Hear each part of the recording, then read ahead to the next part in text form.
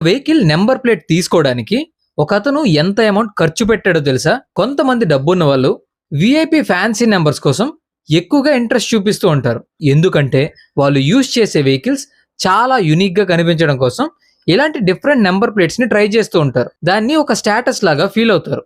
అయితే రీసెంట్ గా హిమాచల్ ప్రదేశ్ లో సంజీవ్ కుమార్ అనే అతను ఒక స్కూటీ తీసుకున్నాడు. అయితే ఆ స్కూటీ నెంబర్ ప్లేట్ కోసం ఆన్లైన్ లో ఒక వేలంలో పాల్గొన్నాడు. ఆ వేలంలో ఆపోజిట్ గా ఉన్న అతను 13 లక్షల వరకు బిడ్ చేశాడు. కానీ ఇతను 14 లక్షల వరకు బిడ్ చేసి ఆ నెంబర్ ప్లేట్ ని సొంతం చేసుకున్నాడు. అంటే ఒకసారి ఆలోచించండి, ఆ నెంబర్ ప్లేట్ ని కొన్న డబ్బులతో ఇంకొక 14 స్కూటీలు కొనేయచ్చేమో. అంత ఎక్కువ డబ్బులు పెట్టి మరీ కొనుక్కున్న ఆ నెంబర్ ప్లేట్ ఏదో తెలుసా?